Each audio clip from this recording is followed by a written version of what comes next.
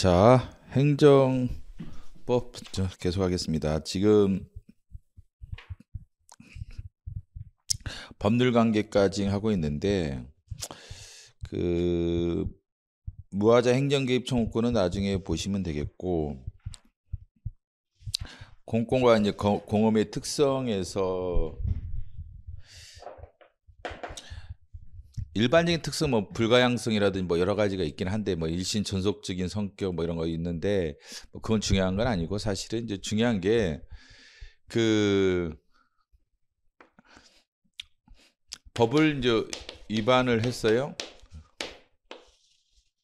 그럼 의무 위반이겠죠. 법에서 원모하지 마시오, 보통 금지. 청소년에게 술을 팔지 마시오, 금지. 법에서 이제 금지 규정이 많이 있죠. 청소년에게 원모하지 마시오. 근데 법을 위반했단 말이죠. 법을 위반해서 그럼 면허 취소나 정지 사유가 있다 가정해 보세요. 취소 사유가 있다. 그러면 이제 원래 사업자가 양도인, 원래 사업자가 이제 갑이야, 양도인인데 이제 양수인한테 팔고 튀일 수도 있지만 실제는 이제 짜고 치는 고수톱일 가능성이 많죠. 각각 을이 서로 이제 알고 있어, 이 면허 취소가 있다는 것을. 그러면서 을에게 넘기고 그 사업자를 바꾸고 이제 갑이 을을 조종하는 거지. 그래서 이제 뭐 바지 사장 알죠? 또는 이제 뭐 명의만, 노숙자 같은 사람 명의만 사가지고 이렇게 하는 경우도 있겠고, 똘마니한테 이렇게 시킬 수도 있고, 이런 경우가 있단 말이죠. 갔더니 면허 취소가 있는데 적발해서 넘겨버렸어. 미성년자를 만약에 고용 금지 업소가 고용을 했어. 그래서 면허 취소가 있었어. 그래가지고 갑이 어떻게 하냐면 을한테 빨리 넘겨. 그래서 행정청에서 이거를 애가 사업자 명의 변경 신고, 명의를 바꿔주세요 했을 때 신고를 이제 수리를 한단 말이죠. 수리했어. 그래서 사업자가 을로 바뀌어. 그럼 이제 그 다음에 이제 양수인 을에 대해서 면허 취소나 정지할 수 있는지, 취소나 정지할 수가 있는지, 이건 이제 제재 사유의 승계죠. 제재 사유, 면허 취소 사유가 승계되는지 문제죠. 그럼 만약에 승계가 안 된다고 가정해 보세요. 승계가 안 된다라면 이게 다 법 위반해놓고 걸리면 또 이제 을도 마찬가지야. 또 병한테 넘기고, 병은 또 이제 뭐 술한테 넘기고, 뭐 이런 식으로 계속 껍질만 이제 갈아 끼우면서 계속 불법적인 것을 반복할 수 있단 말이죠. 그렇기 때문에 제재 사유가 승계돼야 되느냐에 대해서 대법원 판례에서도 승계돼야 한다라고 하고, 최근에는 법조항에도 이런 경우가 있어요. 그래서 이제 제재 사유가 이제 승계되느냐, 사유가 이제 승계될 수 있느냐, 될 수가 있죠, 그렇죠? 될 수가 있단 말이죠, 그렇죠? 그래서 을한테 면허 취소 등을 할 수가 이제 있다라고 봐야겠죠. 있다. 그런데 다만 이제 을도 사기 당할 수도 있단 말이죠. 을도 이번에 짜고 치는 고스톱이 아니라 사업권을 샀죠. 공짜는 아니었겠죠. 그래서 사업권을 샀는데 이게 보니까 이게 취소해 버리는 거야. 그럼 사기 당한 거지, 사실은. 그랬을 때 다만 이걸 입증을 한단 말이지. 몰랐다는 것을. 내가 갑이 법 위반했다는 것을 나는 몰랐다. 위반했다는 것을 나는 몰랐다. 인지를 못했다. 라고 입증을 하게 되면 승계가 안 된다라는 식품위생법 조항이 들어오게 되는 거예요. 다른 법조항도 지금 좀씩 들어왔을 거예요, 여기에 대해서. 옛날에는 없었는데 이때는 승계가 안 되겠지. 입증을 하면. 갑이 법 위반했다는 을이 몰랐다는 것을 양수인이 입증을 한다 이게야. 그러면 승계를 안 한다라는 조항이 식품위생법 등에 들어왔죠.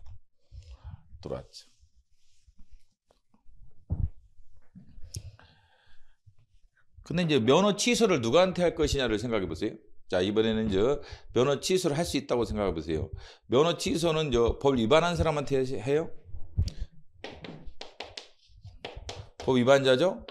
양도인이 법 위반 행위를 했잖아. 청소년한테 술을 판 것은 갑이야. 그 다음에 을은 아니야. 그래도 허가 취소는 누가 되겠어요? 취소는 당연히 양수인이 되는 거죠. 왜? 양도인은 지금 허가 사업자가 아니야. 응? 갑은 팔고 튀었잖아 지금. 허가 사업자가 아닌데 취소해봤자 뭐가 있겠어. 의미가 없지. 그래서 그때는 저 허가 취소는 양수인이 되겠죠. 이때는 양수인이. 물론 이럴 때 이제 양수인이 허가 취소에 대해서 다툴 수는 있겠죠. 허가 취소라든지 취소에 대해서 소제기를 할 수도 있겠죠. 소제기는 뭐 그 다음 얘기고 원고제기를 갖겠고 또 이런 경우도 있어요. 자, 이번에는 각각 이제 을이 있는데 사업권을 팔았는데 아직 신고가 안 됐다든지 또는 수리가 안 됐다든지 이래. 그러면 명의자는 여전히 양도인으로 돼 있어요. 양도인의 명의로 된 상태에서 행정청에서 취소를 해버렸단 말이죠. 취소했다. 뭐에 대해서? 갑의 사업에 대해서 취소를 해버려요. 그러면 을이 여기에 대해서 소를 제기할 수 있는지. 일단 우리나라에서 문제가 되는 게 이게 이런 경우 행정청이 을에게 통지할 의무가 있느냐 이게 문제가 돼요. 이런 경우. 자, 정리를 해보면 갑이 법을 위반했지. 갑이 법을 위반했죠. 그래서 이제 허가 사업을 행정청이 취소를 하는데 을 양수인이 되려는 자. 정확하게 말하면 지금은 법적인 완전한 양수인은 아니죠. 왜냐하면 명의 변경이 이루어져야지 양수인이 되는 거지 법적으로는. 근데 계약서는 썼겠죠. 그 다음에 잔금도 치르고 뭐 이렇게 됐겠죠. 진행을 했겠죠. 자기들끼리. 사실상은 양수인으로 봐야겠죠. 법적으로 완벽한 양수인은 아니죠. 왜? 명의 변경이 안 된 상태니까. 명의 변경이 됐다라면 어떻게 돼? 취소가 누구에 대해서 이루어져야 돼? 양수인에 대해서 이루어져야죠. 그렇죠? 양수인에 대해서 이루어져야 할 거 아니야. 명의 변경이 됐다라면. 근데 명의 변경이 아직 안 된 거죠. 안 된 상태에서 지금 취소가 이루어져. 그럼 행정청이 을에게 통지를 해줘야 되는지 이거에서 통지. 야, 너 잘못하면 사기당할 수도 있다. 생각 좀 해봐라. 이런 식으로 통지를 해야 할 의무가 있는지. 이거는 행정절차법이에요. 이거 없어요. 행정절차법상. 행정절차법의 이제 2조에 그 처분의 상대방 등에서 직권 신청에서 행정절차에 참여하게 한 이해관계인만 그 당사자 등이 되기 때문에 그때 절차법상의 권리를 누리게 돼요. 그런데 을이 행정절차에 지금 참여하겠다는 표현이 없는 한 행정절차법상 여러 가지 권리를 못 누려요. 그래서 통지 받을 권리도 없어. 의무도 없고. 그래서 통지를 안 해. 그 다음에 허가를 취소해. 첫째는. 그러면 을이 사회상 양수인 갑에 대한 허가 취소. 갑에 대한 허가 취소에 대해서 취소를 제기할 수 있느냐. 여기에 대해서 취소소송을 제기할 수 있느냐. 취소 소송을 제기할 수 있는지가 문제가 되는 거예요. 이게 법률상 이익인지가 문제가 되겠죠. 근데 이제 현실적으로 가보세요. 갑은 뭐라고 그랬어요? 을이 찾아가면 대부분 이런 경우. 이게 지금 자기가 취소할 줄 알고 넘겼지, 을한테? 그 돈을 받았겠지. 계약금이든 중도금이든 뭐 잔금을 받았겠죠? 그럼 이런 놈들 보통 뭐라고 하겠어요? 모르는 소리 하는 거야. 나는 뭐 돈 다 받았는데 허가 취소됐어. 안타깝네요. 이렇게 하고 지나가 버리는 거야. 안타깝네요. 또 저 계약금 좀 돌려주죠. 안 돌려줘. 소송 제기하세요. 뭐 이런다. 거의 사기야. 이게 보면 이런 건 이제 현실적으로는 솔직히 말해서 이게 이제 허가 취소했지 법이 미리 알고 계약서를 썼겠죠. 이런 경우 대부분. 그다음에 이제 중도금도 받고 잔금을 받았다는 것은 거의 사기인 거야, 이 자식. 그지? 근데 이런 놈들이 어떻게 하겠어? 배째라는 거 시체 말로. 그러니까 이제 얼마나 답답한 거야. 돈은 냈는데 허가는 취소했으니까 양수할 게 없는 거야. 허가권을 내가 양수받아서 사업을 하고 싶은데 허가는 취소했으니까 허가권을 내가 양수받아서 명의변경 할 수가 없어. 명의를 신고하면 행정청에서 야 허가가 없는데 무슨 허가 사업에 네가 양수받다 주장하는 거냐. 명의변경 못 해준다. 그래서 거부당할 게 뻔하란 말이에요. 물론 거부해도 돼. 저기 거부하면 취소송 제기하면 돼요. 근데 뭐 되겠어? 벌써 허가가 날아갔는데. 그래서 이제 남아있는 게 뭐냐면 갑의 허가 취소에 대해서 취소송을 제기할 수 있느냐, 취소송을 제기할 수 있느냐, 이밖에 현실적으로 없어요. 그래서 을이 갑에 대한 허가취소의 취소를 제기할 수 있다고 보는 거야. 왜냐하면 돈을 줬을 테니까 재산권의 문제겠지. 계약금은 줬을 거 아니에요. 계약금까지 안 줬는데 아무것도 안 줬는데 뭐 소지기 할 필요 있겠어 지가 을이.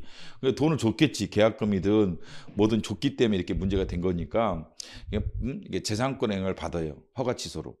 그렇기 때문에 취소를 제기할 수 있다라고 보고 있다 이거죠. 있다 이런 경우 있다 그렇죠. 그 다음에 이제 두 번째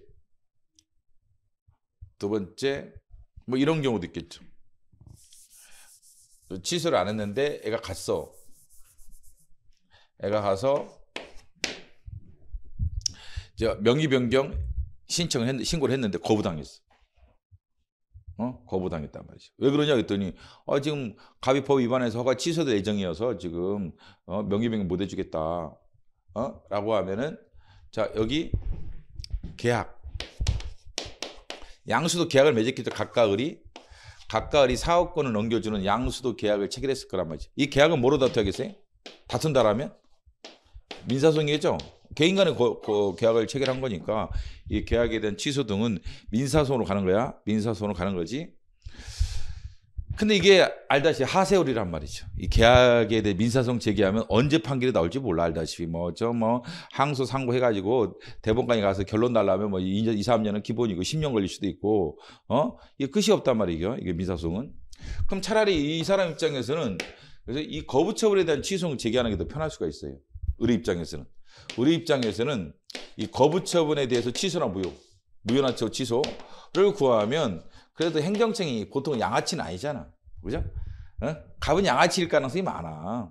갑은 사기꾼이야. 그러니까 질질 끌면서 계약에 대한 취소 제기해봤자 민사는 어떻게 해가지고 계속 질질 끌면서 이게 판결 나와도 집행도 잘 안 이루어지고 돈 없다 배째라 이렇게 나갈 테고. 그렇기 때문에 이제 을 입장에서는 계약을 다투지 않고 바로 거부 처분에 대해서 무효나 취소를 제기한단 말이죠. 이게 가능하냐? 계약에 대해서 안 다투고 계약에 대해서는 민사소송을 안 가고 갈 수 있지만 너무 시간이 많이 걸리고 하니까 민사소송 제기를 안 하고 민소 제기를 안 하고 바로 거부처분에 대해서 무효나 취소를 제기할 수 있느냐 이것도 가능하다 보는 거예요. 왜? 거부처분이 취소되면 뭐 되는 거예요? 신고가 수리되는 거지. 신고가 수리되는 거니까 명예변경이 바뀌는 거지. 그럼 을은 사업을 할 수 있는 거지. 결국 이제 을이 사업할 수 있게끔 해줘야 되니까. 이것도 그런 면이 있죠. 허가 취소에도 취소가 되면은 첫 번째 케이스에서 취소가 되면은 허가 살아있으니까 명의변경 신고하면 수리가 될 수 있겠죠. 그럼 사업을 할 수 있잖아. 결국은 을이 바라는 것은 사업을 계속 할 수 있게끔 해달라는 거지. 그죠? 명의변경해서 내가 허가 사업자가 돼서 사업하게 해주세요. 라는 거니까 거부에 대해서 만약에 무효나 취소를 하면은 신고가 수리될 수가 있겠죠? 그러면 사업을 할 수 있겠죠? 그렇기 때문에 범상이익이 있다고 보는 거야. 범상이익이 있다라고 보죠. 그래서 소를 제기할 수가 있다라고 보는 거지.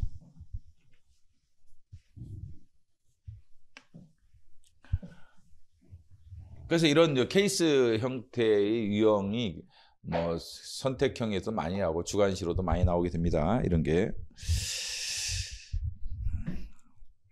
그 다음에 특별행정법 관계가 있고 이건 헌법 시간에도 많이 배웠고 행정법 규정의 흠결과 보충이 있죠. 이게 왜 이런 문제가 생기냐면 여러분들 민법이랑 행정법규랑 하면은 이거는 민법이 딱 있지만 행정법이란 법이 없단 말이죠. 그죠? 법제처 가서 행정법이라고 쳐봐서 안 나오지. 행정기본법 이런 건 있죠. 기본법, 절차법, 건축법 이렇게 돼 있는 거지. 이게 통일적인 법전이 없는 거야. 기본법이 통일적인 법전이라고 주장할 수도 있겠지만 이게 겨우 조항이 30조밖에 안 돼 가지고 행정 관련된 모든 사항을 다루고 있지 않죠. 사실은 아주 기본적인 사항만 몇 가지 있을 뿐이지 이게 민법 수준의 어떤 법전 수준은 전혀 안 되죠. 사실은. 민법 조항이 엄청 많잖아요. 민법은 완결적인 어떤 의미에서 법 체계라고 볼 수가 있는데 행정법은 그런 게 없어 사실은. 그렇기 때문에 여기에 법에 흠결이 존재한단 말이죠. 흠결이 발생할 수가 있단 말이죠. 그러니까 법적 분쟁이 발생했는데 마땅히 적용할 법이 없는 거지. 마땅할 적용할 법조항이 없는 거예요. 행정법에는. 근데 민법은 오래되다 보니까 좀 더 완결돼 있죠. 좀 더 상대적으로 완결된 법 체계니까 여기 가면 있더라 이게요. 여기 가면 법조항이 있더라. 법조항이. 응? 그럼 이거를 적용할 수 있느냐 민법을. 행정법 관계에서 이걸 적용할 수 있느냐. 그러니까 행정법규의 흠결과 사법의 적용 문제야. 사법. 민법을 말하는 거죠. 민법을 적용할 수 있느냐, 라는 얘기죠. 물론 뭐 공법에 다른 법조항이 있으면 그걸 적용하면 되는 거야. 유사법조항이 있으면 유추 적용해서 적용할 수도 있을 테고, 뭐 공법 내에서. 근데 이제 그게 없는 거지 결론적으로. 다른 법조항도 마땅히 적용할 법조항도 없고, 이러면 사법을 적용할 수 있느냐의 문제지. 자, 이게 논의되는 취지가 일단은 행정법이 완결성이 매우 떨어진다는 거지. 그 다음에 충분한 법전이라 할 만한 정도의 레벨의 완결성을 갖는 시스템, 법 시스템이 없다는 거지. 민법에 의하면. 이것 때문에 발생하는 거예요. 흠결이. 그때 상대적으로 민법은 상대적이지만 완결성이 좀 더 있다는 거지. 있기 때문에 관련 법정을 찾을 수가 있다는 거지. 그때 민법을 적용할 수 있느냐의 문제지. 그죠? 그 다음에 두 번째는 이게 어디서 논의되는 거예요? 공법과 사법을 구별하는 이원론 체계에서 논의가 되는 거야. 공법, 사법이 구별되는 대륙법계, 구별하고 있는 이원론 체계, 법 체계를 이원론으로 보는 법 체계에서 대륙법계에서 이게 논의가 되는 거예요. 영미계는 어차피 공법과 사법이 따로 구별이 안 돼요. 근데 이게 한 동네라면 그냥 적용하면 되는데 원래 공법과 사법이 대륙법계 우리나라는 구별이 되고 있단 말이죠. 그래서 행정법은 공법이다 이 말 하잖아요. 민법은 사법이다. 이렇게 말하지만 그런 것이 이제 그럼 공법에는 뭐가 적용되는 원칙이에요? 공법이 적용돼야지. 그럴 거 아니에요? 그러니까 공법관계, 사법관계로 구별해서 우리가 공부하고 이러는 이유가 이런 것 때문에 그런 거 아니에요? 그런데 공법이 완결성이 떨어졌을 때 사법을 적용할 수 있느냐가 문제가 되는 거야. 이게 두 가지 관점에서 문제가 시작되는 거예요. 그런데 뭐 다 적용하면 되는 거 아니냐? 뭐 그럴 것 같지만 여기 대빵은 사적 자치야. 당사자 간의 합의죠. 계약의 자유.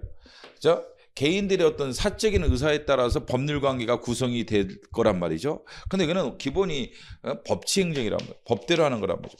법치행정이란 말이죠. 그때 이걸 적용하면 무리가 생겨요.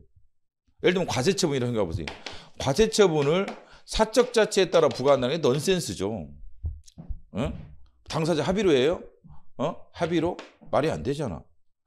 동작 세무서장이랑 황랑이랑 만나서 시체만으로 쇼부 봐가지고 뭐 세금 언제까지 납부할 것이냐 뭐 이런 것들을 결정해요? 그렇지 않죠. 법대로 하는 거야. 과세처분에서 세율도 나와 있고 그다음 납부 기한도 있단 말이에요. 법에서 납부 기한도 있겠죠.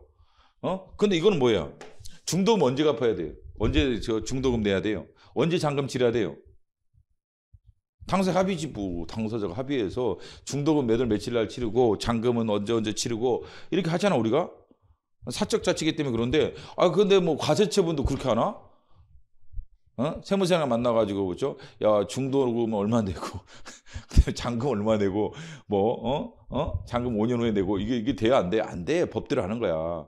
법에 그런 규정이 없는 한 안 되는 거지. 그래서 양자가 다르죠. 특히 이제 권력적일 때 문제란 말이죠. 권력적이라는 것은 법대로 하는 거야. 법의 규정에 따라서 행정청이 일방 의사에 따라서 처분하고 이러기 때문에 권력적이란 말이죠. 근데 민법은 당사자 간의 합의가 우선되죠. 합의가 우선되죠. 그때 이거를 그대로 적용하는데 이게 문제가 있는 거야. 그때 뭐라고 그래? 여기에 공법 체계의 본질을 훼손하지 않는다라면 훼손하지 않는 범위 내에서만 이게 적용될 수도 있고 안 될 수도 있는 거야. 적용될 수도 있고 안 될 수도 있다라고 봐야 돼요. 적용될 수도 있고 안 될 수도 있다. 우리 헌법에서 이제 배우는 건 거꾸로야. 헌법에서 배우는 것은 이제 거꾸로 이렇게 되는 거지. 공법이 사법령에 적용될 수 있느냐를 배우는 거야. 그게 기본권에 대해 사인적 효력이야. 기본권에 대해 사인적 효력. 기본권은 공법이죠. 헌법이니까. 그 다음에 사법관계. 사법관계에서도 기본권이 미치느냐 이것은 헌법에서 배우는 기본권에 대해 사인적 효력의 문제고 이건 거꾸로야. 공법의 관계에 사법이 적용될 수 있느냐의 문제지. 적용될 수 있느냐의 문제지. 그래서 반대되는 내용이 사실은 그렇죠. 여기서도 뭐해? 사법의 일반 원칙을 매개로에 간접 적용된다는 얘기는 왜 나오는 거예요? 사법의 그 핵심적인 본질을 훼손하지 않는 범위 내에서만 공법상 기본권이 사법강에 적용된다는 것이죠. 똑같아요. 여기서 거꾸로 공법의 이제 본질적인 어떤 성격에 반하지 않는, 저해하지 않는 범위 내에서만 사법은 적용될 수 있다. 이런 얘기죠.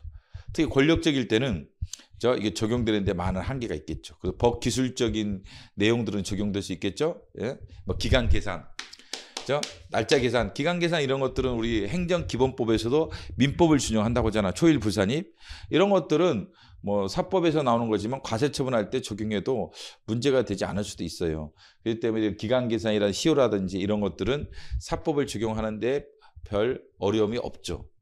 그렇지만 사적 자치 같은 게 본격적으로 공법력에 적용되기는 힘들다 이게요. 과세처분이라든지 과태료 부과라든지 이런 걸 때릴 때 사적 자치 원칙의 정신들이 적용되기가 매우 어렵겠죠. 그래서 적용이 안 되는 경우도 있다는 거야. 응? 적용되는 것도 안 되는 것도 있다. 이게 유추적용소리라고 하죠. 유추적용소리라고 합니다. 그 다음에 공법상 법률관계 발생과 소멸이죠. 발생이라는 것은 보세요. 국민이 국가의 관계에서 일정한 연령에 달아야만 권리를 가지게 되는 거 있어요. 예를 들면 선거권처럼 18세가 돼야 돼. 18세가 되면 선거권을 갖죠. 나는 여기는 국가는 나에게 선거를 할 수 있도록 지원해 줄 의무가 있죠. 선거인 명부 작성도 해줘야 되고 그다음에 투표 장소 나한테 안내해 줘야 되고 그 집에 날라오잖아요. 선거 때 되면 투표 장소 이런 거 날라오죠. 선거 공보인가 뭐 이런 거 날라오잖아요. 그럴 의무가 이제 있다는 거지. 근데 이게 이제 발생이죠. 발생. 뭐가 돼야지? 18세가 돼야지. 18세가 돼야지 권리 의무가 법률 관계가 성립하는 거야. 그 다음에 내가 죽죠?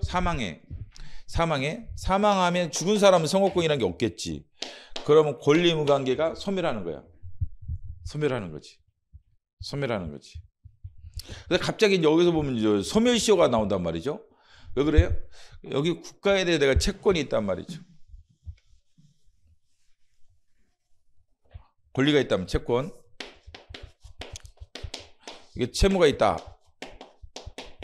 근데 이것도 소멸시효에 걸린다는 거예요. 소멸시효 걸려서 시효가 완성이 되면 채권이 없지. 국가도 마찬가지지. 국가도 과세권이 있고 그 다음에 나는 과세할 세금을 납부할 의무가 있지. 근데 일정 기간 지나서 이게 소멸시효가 완성이 된다든지 뭐 제척 기간이 완성이 되면은 이게 국가가 가지는 권리가 없어져 버린단 말이죠. 그러면은 어떻게 돼요? 법률 관계가 소멸해 버리는 거지. 소멸시효 완성으로 소멸해 버린다. 소멸시효 완성으로 소멸해 버린단 말이죠. 그렇죠? 예를 들면 우리가 이제 헌법 시간에 배우는 형사 보상을 받을 권리. 자, 그래서 내가 구속됐죠? 그 다음에 무죄가 나왔어요. 형사 보상금은 3년, 5년 내 청구하면 되죠. 무죄 판결이 안 나라도 3년, 무죄 판결이 있은 나라도 5년. 이건 제척 기간인데 3년, 5년은. 자, 3년, 5년에 청구해가지고 1억의 보상금이 결정됐어요. 그러면 나는 1억을 받을 권리가 있죠. 뭐 공법적 권리지만 여기는 의무가 있겠죠. 근데 이걸 몇 년간 행사해야 돼? 2년간 행사해야 한단 말이죠. 2년간 지급 신청을 구체적으로 해야 돼. 내 계좌번호 알려주면서. 근데 2년이 완성이 됐어. 넘으면 어떻게 해? 넘었을 때까지 내 권리를 행사 안 하면? 권리가 소멸하죠? 그럼 국가 의무도 소멸하죠? 그러면 법률관계 어떻게 되는 거예요? 소멸해버린 거예요. 그래서 이제 법률관계의 소멸인 거예요. 제목이. 법률관계 발생과 소멸이 있죠? 그래서 법률관계 소멸되는 거, 뭐 소멸시효로. 그러니까 아래 가보면 갑자기 뭐죠? 뭐 이거 배우는 거야. 뭐 시효라는 걸 배우는 거야. 취득시효라는 것도 물론 배우겠지만 주로 소멸시효를 많이 배우죠.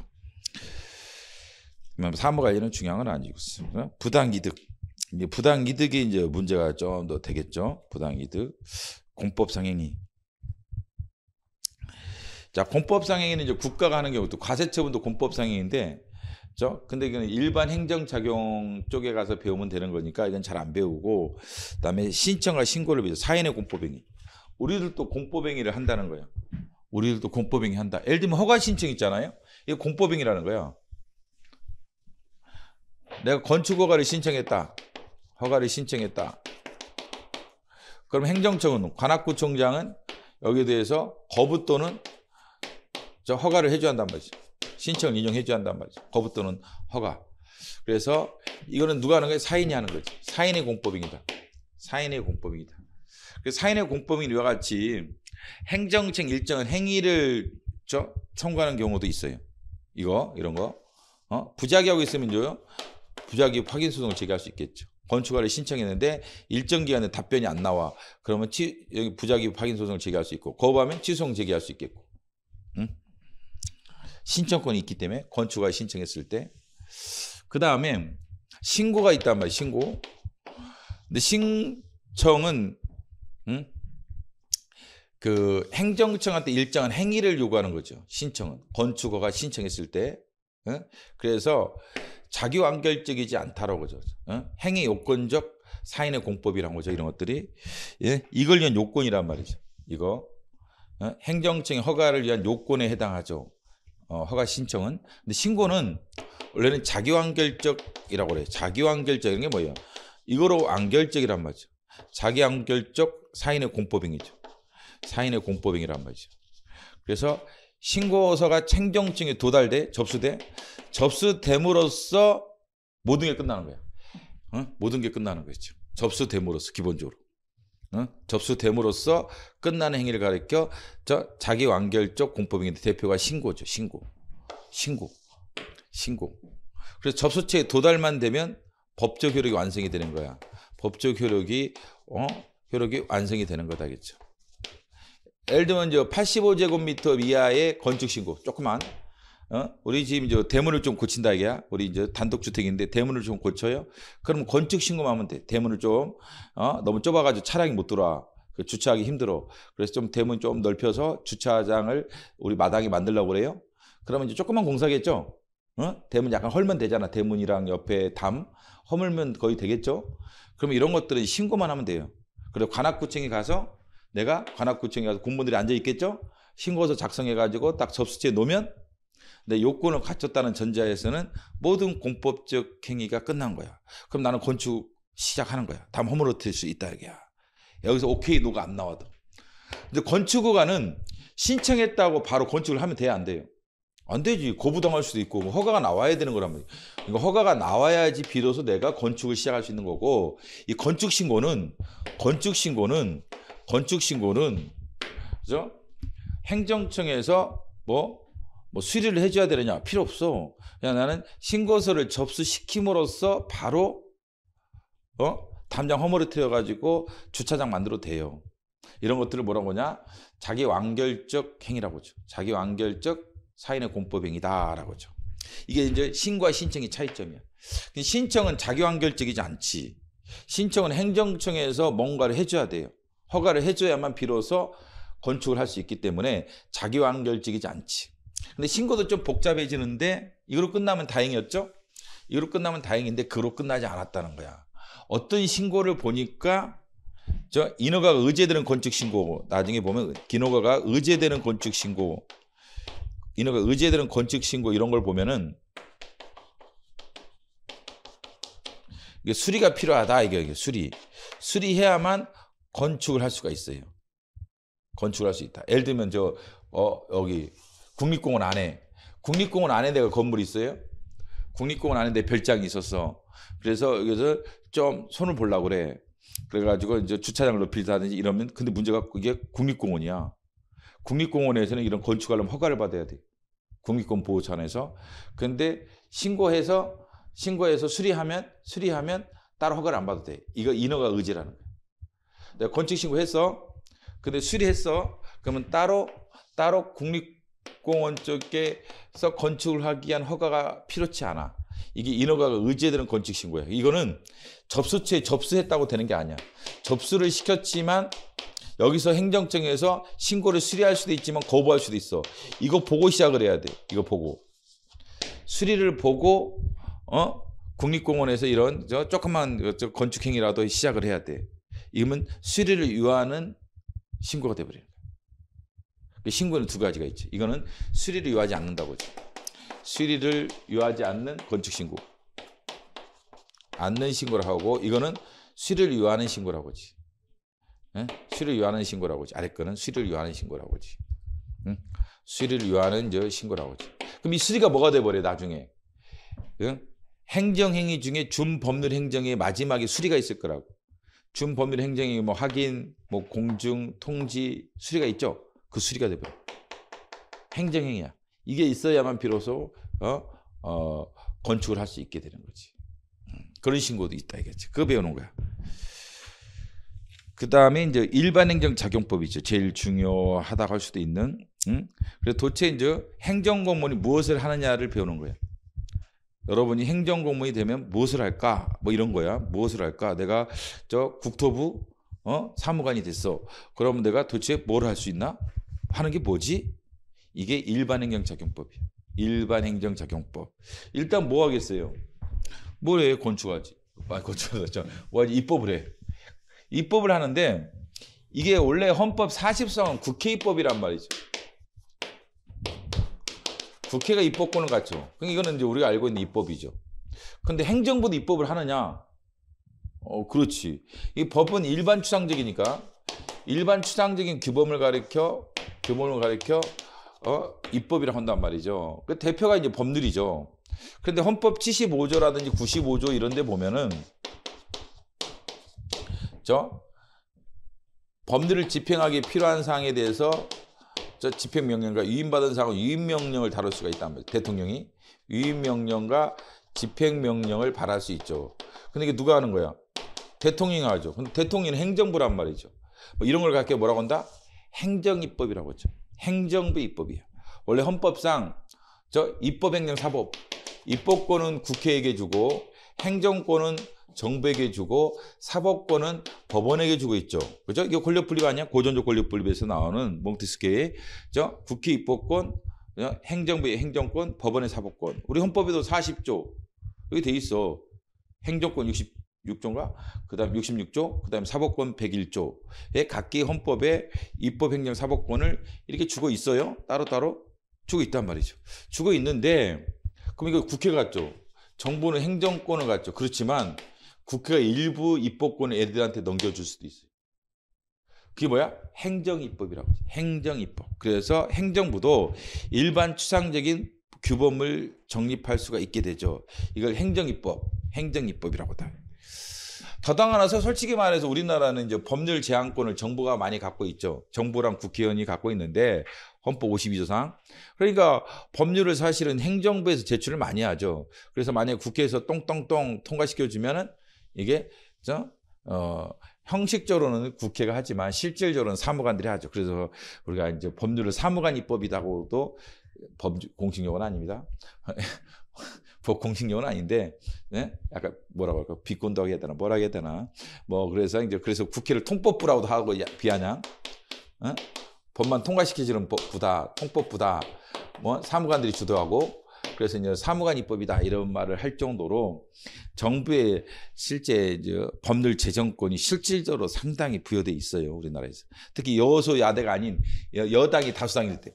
여당이 다수당이면 정부가 법률 제출하면 솔직히 이게 누구 뜻이에요? 정부가 법률을 제출하면 대통령이죠. 알다시피. 저 여당이 대통령도 꼼짝 못 하잖아. 그러니까 뭐 그냥 법 통과시켜 주는 거야. 정부가 제출하면 오히려 잘 통과돼.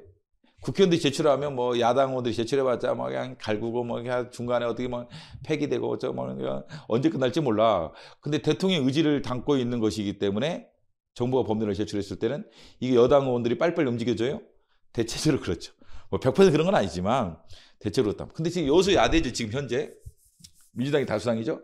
그럼 지금 이게 통법부가 잘 안 돼. 그래서 정부가 제출해줘도 법이 잘 통과돼요? 잘 안 되지. 지금은 현재 윤석열 정부 들어와서는 여수야 되니까 그죠?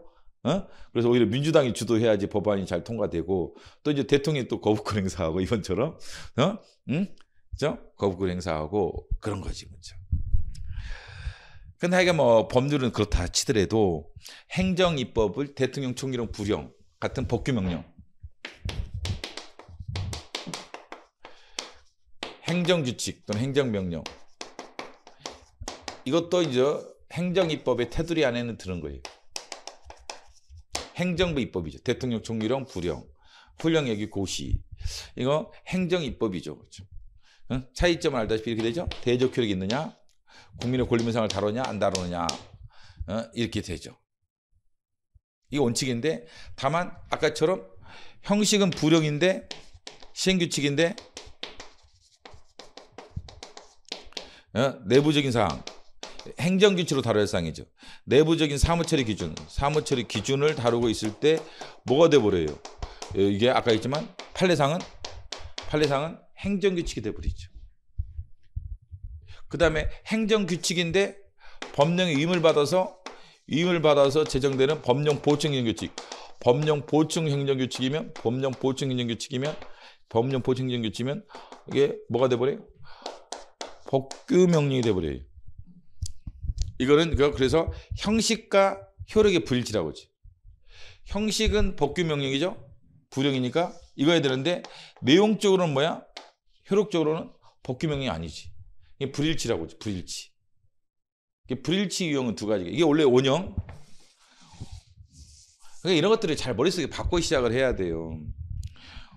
근데 이제 우리가 이제 관심을 끄는 것들은 이게 변형된 것들이란 말이죠. 왜냐하면 이게 너무 이제 스탠더드하던 것들은 너무 뻔하니까 수험학적으로도 그렇고 잘 별로 터치를 많이 안 해. 왜? 너무 뻔하니까 뭐 굳이 뭐 이걸 물어보나? 근데 오히려 이제 변형된 형태가 더 재밌어요. 더 복잡하고 학설도 대립하고 그다음에 판례도 또 진지하게 다뤄지고 이러다 보니까 오히려 수험학적인 관점은 여기 있는 거야. 불일치. 불일치 유형이 뭐가 있어요? 이 유형이 있단 말이죠. 형식은 법규명령인데 내용적으로는 행정규칙. 물론 이것도 나중에 보면요. 이게 시행령일 때는 좀 다르지. 대통령령일 때는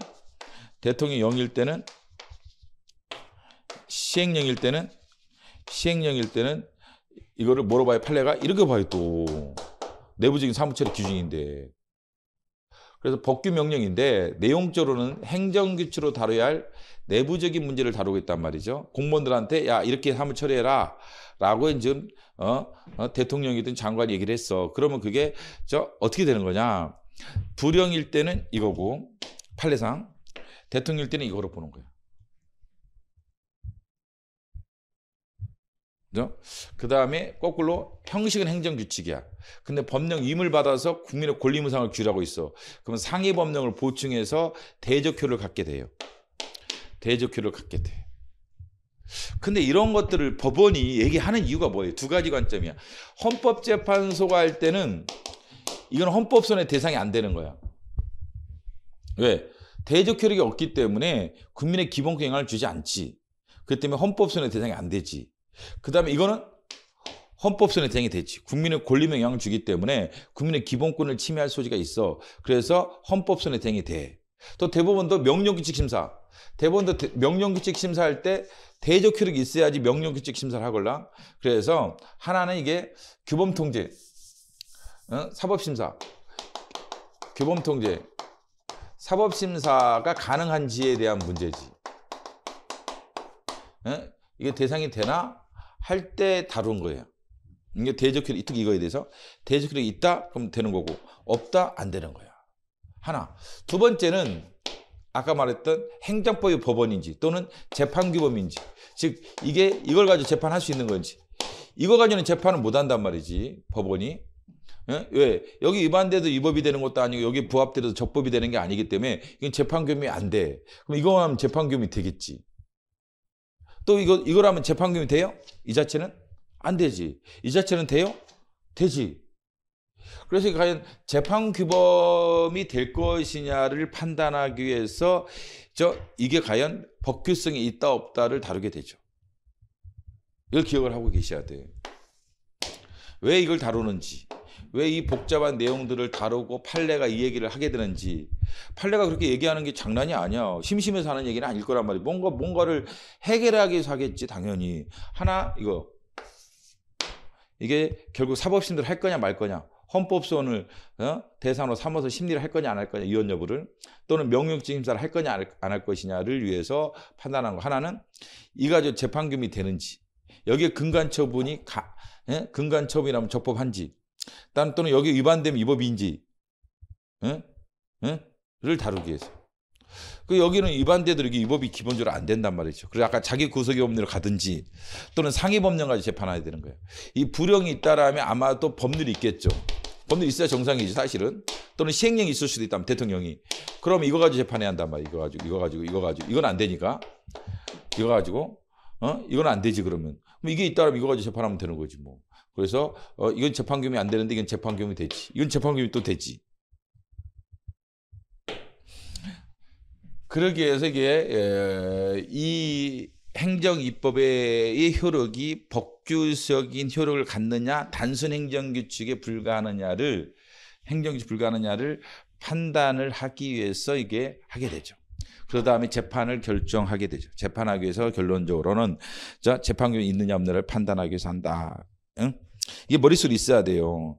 행정입법을 좀 어렵게 생각하는데 지금 말한 이 간단한 체계가 머릿속에 없다 보니까 맨날 흔들리게 돼 있다. 그러면 이제 머리 아프다.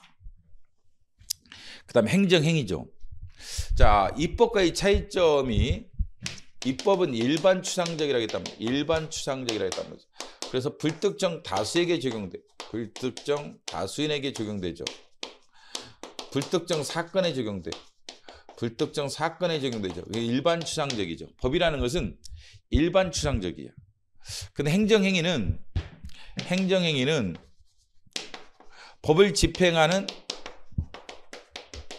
행위인데 어떻게 구체적으로 법을 집행하는 행위로서의 공권력 행사, 대적 효력을 가지는 공권력 행사를 의미한단 말이죠.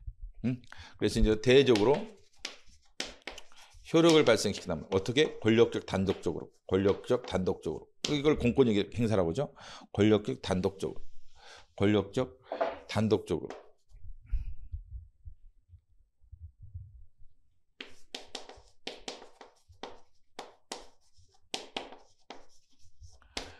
자, 행정행위. 자, 법을 집행하는 구체행위야. 근데 그게 대적 효력을 가지고 국민에게 어떤 효력을 갖는 것으로서 권력적 단독적으로 하는 행위를 가리켜서 우리가 행정행위다라고 하죠. 이게 이제 어떤 법조항에 있는 건 아니야. 그래서 강학성 개념이라 학문적 개념, 학자들이 만든 개념이죠. 독일 학자들이 만든 개념이니까 강학상, 학문적으로 형성된 개념이다. 얘네들은 그렇죠. 이 차이점 뭐예요? 구체적이 한단 말이죠. 구체적이었죠. 그래서 특정 사건에 적용돼야 돼. 특정인이나 또는 특정 사건에 적용돼야 돼. 아까 말씀드렸지만 황남기 씨 2023년 소득에 대해서 3천만 원 납부하세요. 이렇게 돼버리면 이거 황남기 씨는 개별적인 거야. 불특정 다수가 아니라 특정인이죠. 개별인이죠. 개별적이라고 하죠.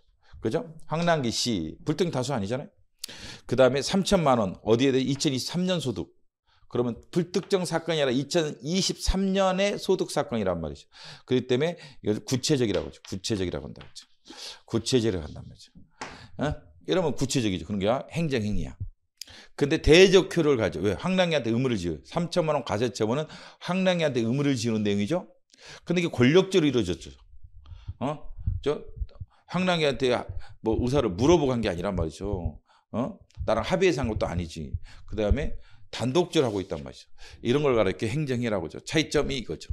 물론 아까처럼 횡단보도 설치도 처분이야. 행정행위야. 횡단보도 설치는 불특정 다수한테 적용되죠. 불특정 다수인이죠. 그렇지만 시간 장소적으로 공간적으로 구체적이란 말이죠. 그래서 이런 걸 일반처분이라고 하지. 일반처분이라고 하지. 일반처분. 이런 것도 행정행위야. 구체적이라는 면에서. 행정행위야. 그래서 대적 효력이 있어요? 있지. 횡단보도 보면은 어떻게 돼?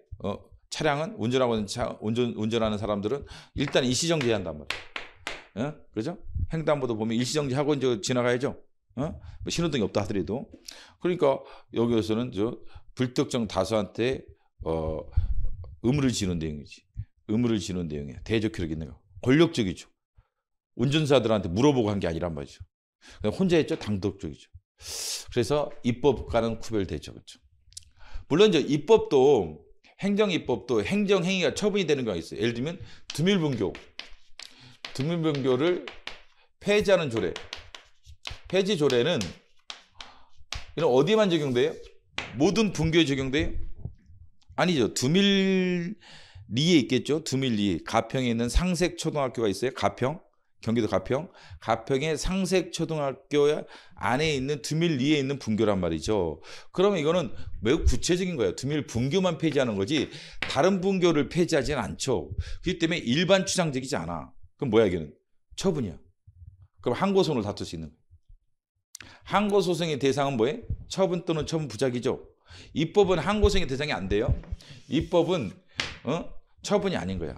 왜? 처분은 구체적이 한단 말이죠.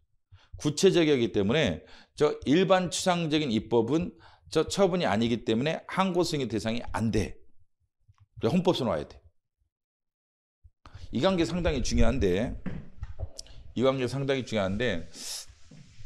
우리가 이제 그럼 어떻게 보면 입법이랑 행정이 일단 처분이랑 비슷하다고 생각해보세요. 물론 처분이 행정이 좀 더 넓은 개념 보는 게 일반적인데 뭐 유사 개념이 좀 그래 약간 넓은 개념인데 그죠? 그래 일단 그래 쓰죠. 구별하지 말고 나중에 구별해보고 이거는 그러면 일단은 우리가 이제 이거는 이제 뭐로 가요?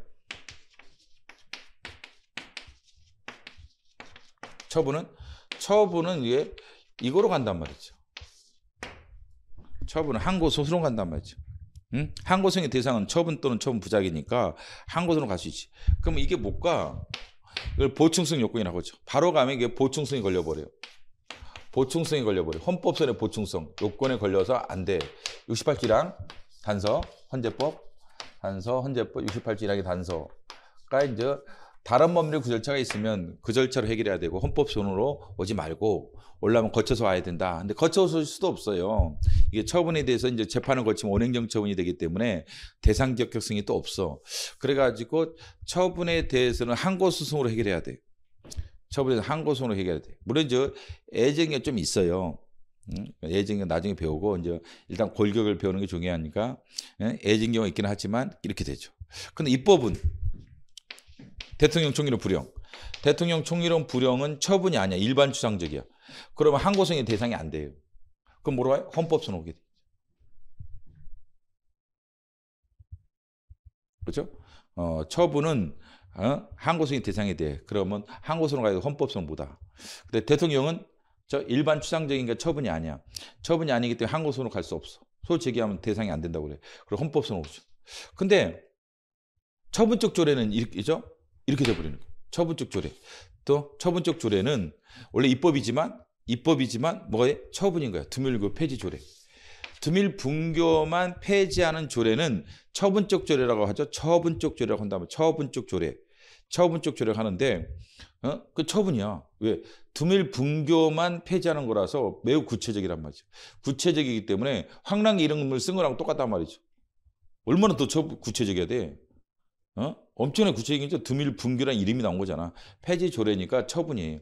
그래서 항고소송으로 이 문제를 해결해야 돼. 알겠죠? 입법이라 하더라도 원래 입법은 처분이 다르지. 다르니까 여기 구별되는 거야 이렇게. 일반 추상적이죠? 처분성이 없는 거야. 항고소송이 안 돼. 근데 행정에는 처분이 구체적이다 보니까. 그래서 항고소송의 대상이 돼. 얘는 그래서 헌법소송보다 항고소송으로 가야 돼. 얘는 처분성이 없어. 그렇기 때문에 헌법소송으로 가야 돼. 다만 형식은 입법인데 형식적으로는 입법이야. 조례도 법의 하나야. 그런데 두밀 분교만 폐지한다라면 실제 구체적이야. 그러면 처분이니까 항고소송 온다 하겠죠. 약제비고시 유명한 몇 가지 있죠. 그다음에 공주대 학칙, 항정식 의약품, 사건 이 네 가지가 대표적인 입법인데 처분인 거지. 약제비고시만 하더라도 생각해 보세요. 약제비고시가 뭐겠어요? 약값 고시하는 거야. 그래서 여러분들 우리 건강보험 적용할 때 약값이 고시돼 가지고 그 약값에 따라서 어떻게 하는 거예요? 건강보험공단에서 제약회사 등에 돈을 주는 거야. 우리 처방전 받고 예를 들면 약국에 가죠? 약국에 가도 의료보험이 적용되는 거야. 그게. 예? 처방전 갖고 가는 약은 그죠? 처방전 받고 가면 약값이 싸죠? 그거 안 갖고 가면 비싸잖아. 그죠? 알죠? 그럼 그거 왜 싸겠어요? 그 건강보험공단에 대주는 거야, 일부. 건강보험공단에서 대주는 거라서 이게 싼 거야. 그러면 그게 약제비가 하나씩 돼 있더라. 이게 약제비가 하나씩 고시 돼 있는 거야. 뭔지 알겠어요? 약제비 고시가? 그러면 이제 개별적 구체적이야? 약품 이름이 나오는 거야. 그렇게 보시면 되겠다, 이겠죠. 되겠다. 그러면 이게 처분에 해당해서 항고소송의 대상이 된다. 이렇게 보시면 된다. 항고소송의 대상이 된다. 예? 이렇게 보시면 돼. 구체적이죠.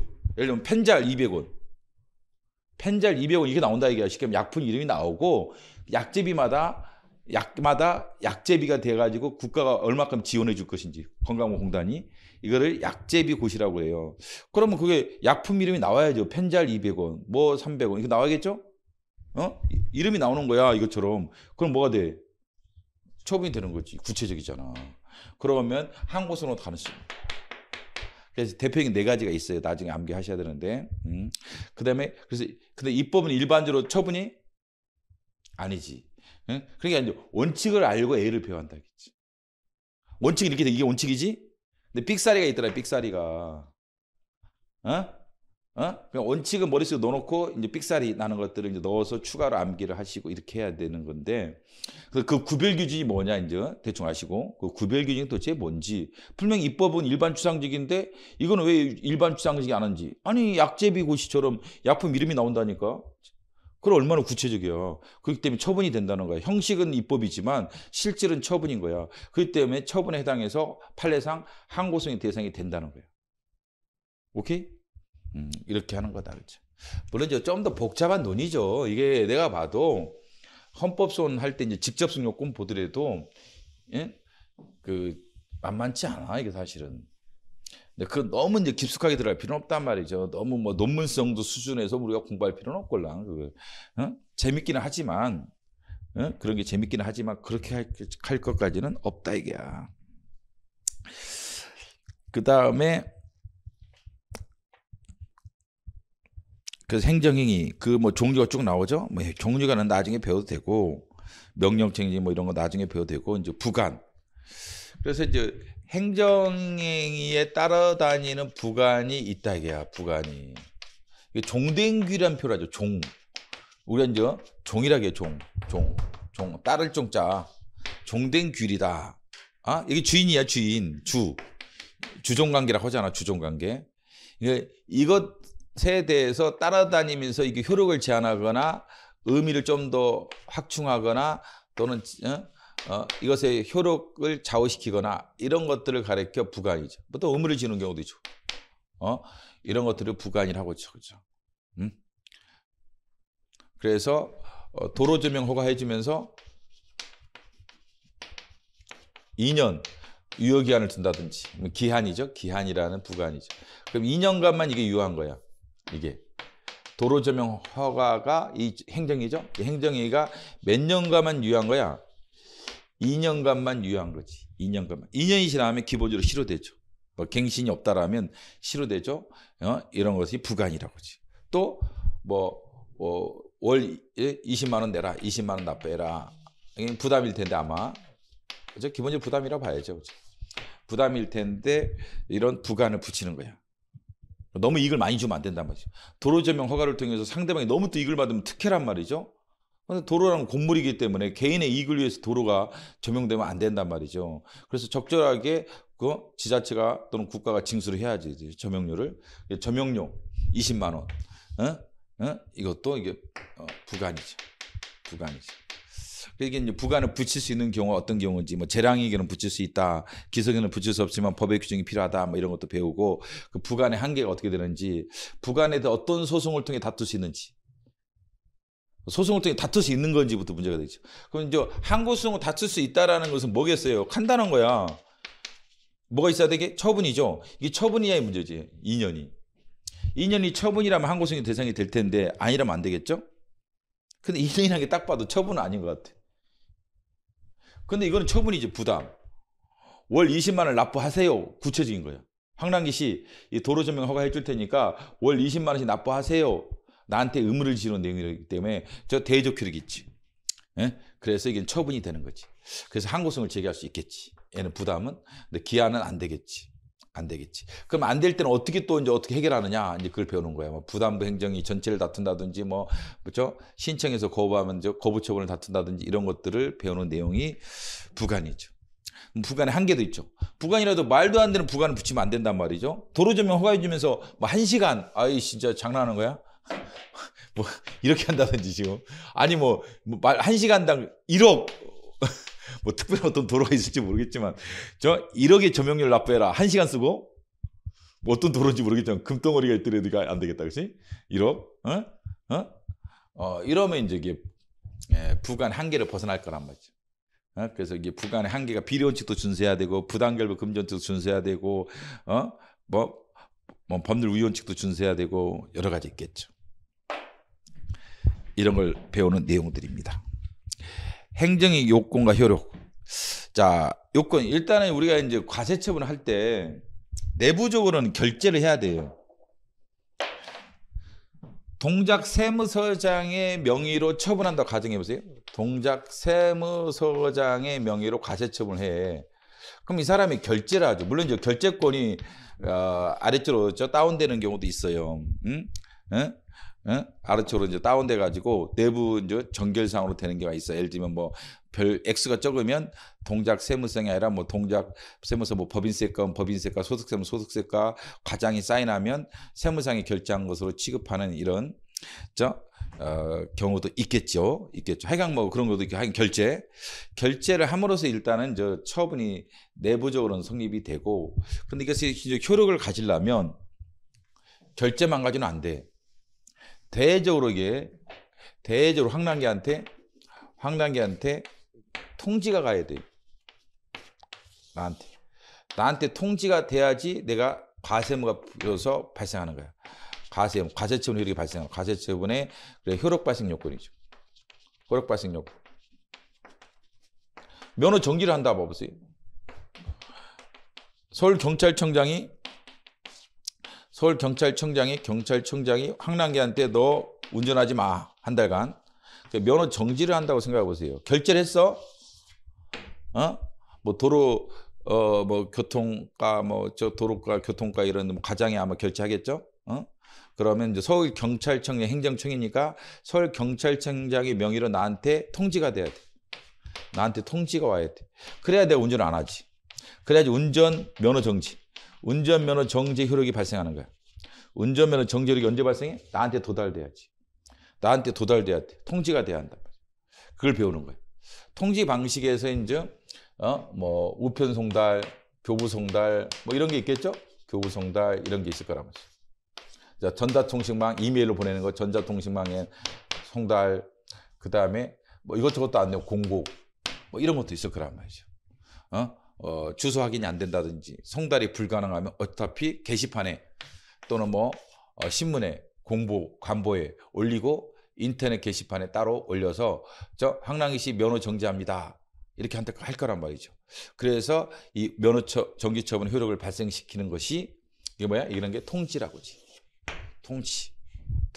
물론 불특정 다수에 대한 통지가 있어요. 왜요? 아까 있었잖아. 횡단보도 설치처럼 불특정 다수인을 대상으로 하는 처분도 있을 수가 있는 거야. 예를 들면 우리 코로나 시대 때 집합금지, 뭐 영업 제한 뭐 이런 거 있었잖아요. 영업 제한도 있었고 뭐 영업 금지도 있었고 뭐 이런 거 있었죠. 코로나 시대 때.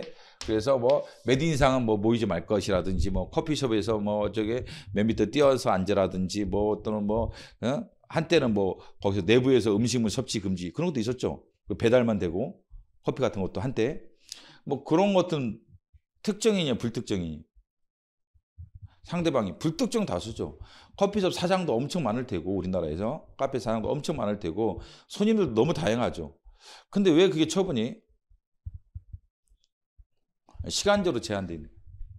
시간적으로. 그 다음에 장소적으로도 약간 한정을 하긴 하죠. 뭐 커피숍은 커피숍 서로 틀렸잖아. 카페면 카페, 음식점 서로 다 달랐죠. 뭐 술집 다 달랐죠. 좀씩. 학원도 좀 달랐고 독서실 또 달랐어요. 학원과 독서실 또 달랐어요.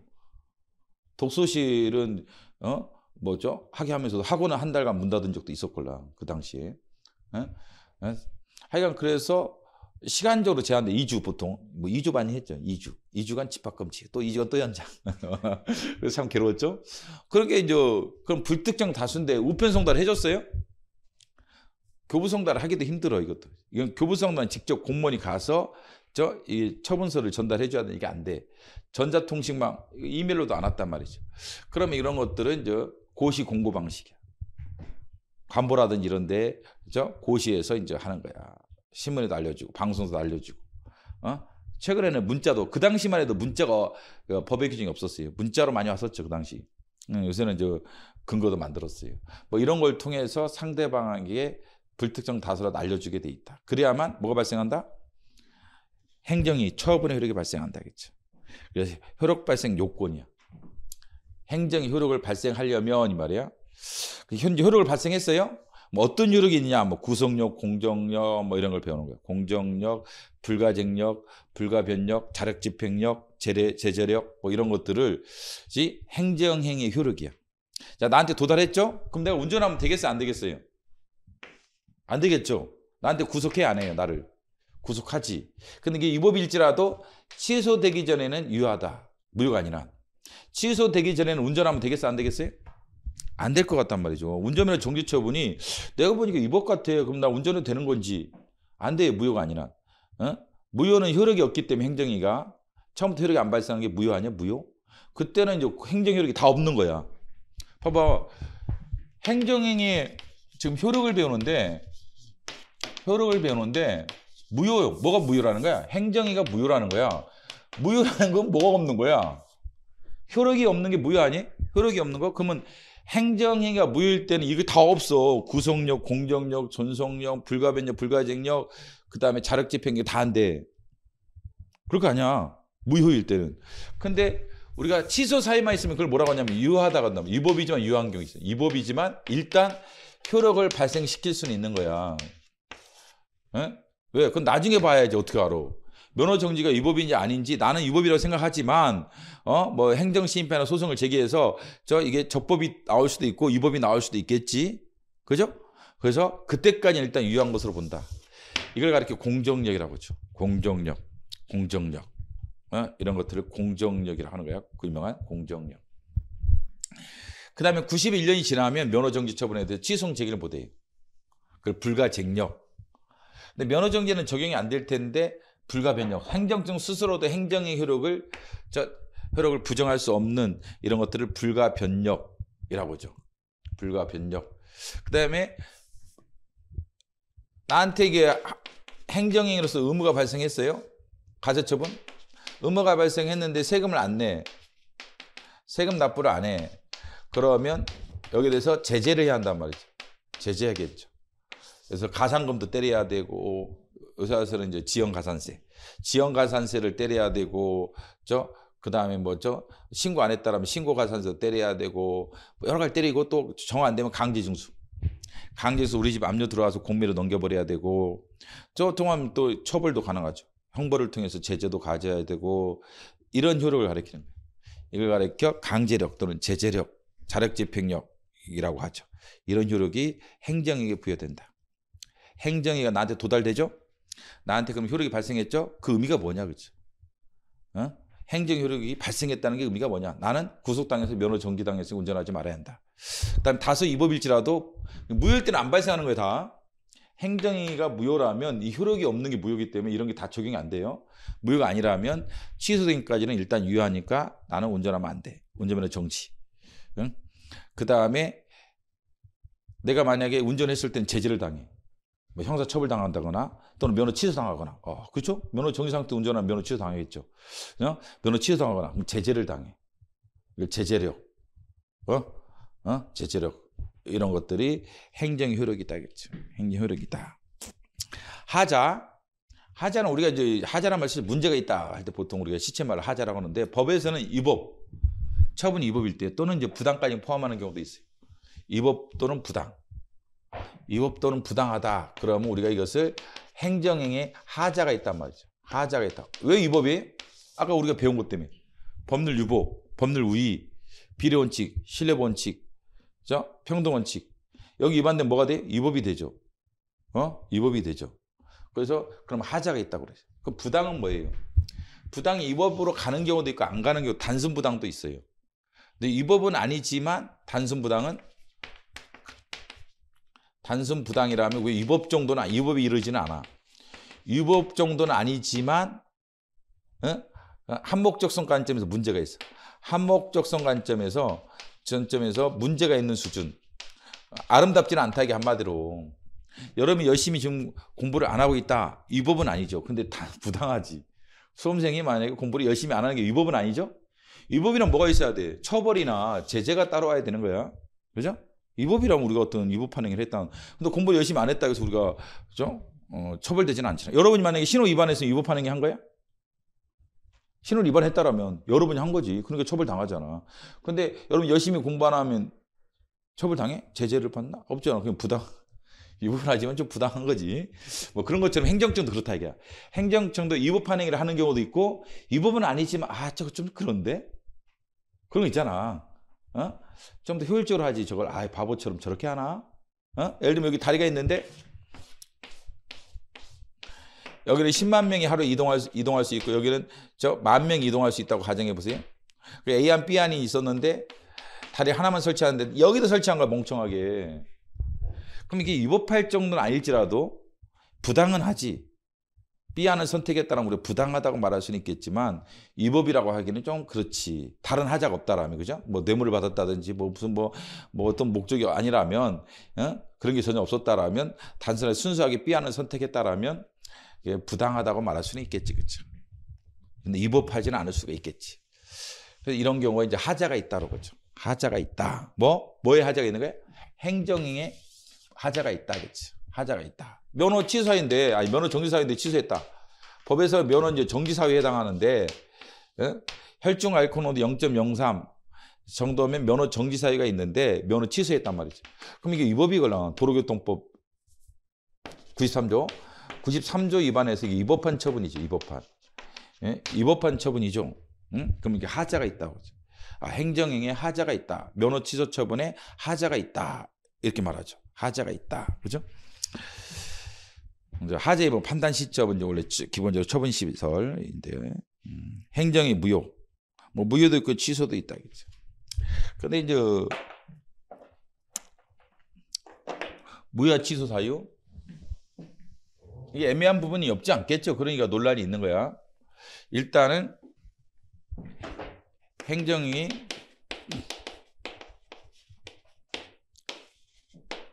하자는 있는 걸 전제로 한다면 하자가 있을 때 무효와 취소가 있다면 무효와 취소가 있는데 무효는 어느 때 무효가 되느냐. 이 하자가 중대하고도 명백하다. 물론 이제 학설 대립이 있어요. 명백설도 있고 뭐 여러 학설이 있는데 뭐 중대 명백설이 기본적인 판례 입장이죠. 하자가 중대하고도 명백해야 한다. 하자가 심각하다 이게야. 그다음에 명백하다. 눈뜬 장님이니 뭐 이런 거야. 명백하다. 그렇죠. 명백하다. 하자 중대 명백하면 무효가 되지. 근데 하자는 있는데 그 정도는 아니야.